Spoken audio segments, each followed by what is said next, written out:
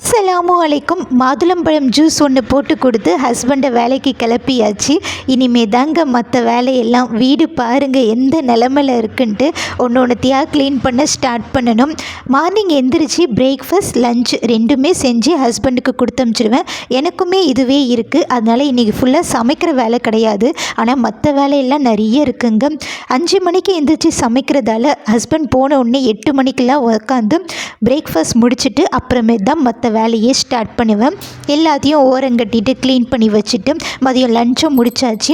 Evening பார்த்திங்கன்னா ஊதுபத்தி ஏற்றி வச்சாச்சுங்க. இன்றைக்கி வெள்ளிக்கிழமை. நைட்டு டின்னருக்கு பார்த்திங்கன்னா இட்லி ஊற்றி வைக்க போகிறேன். அப்புறமேட்டு வேர்க்கடலை சட்னி தான் அரைக்க போகிறேன்.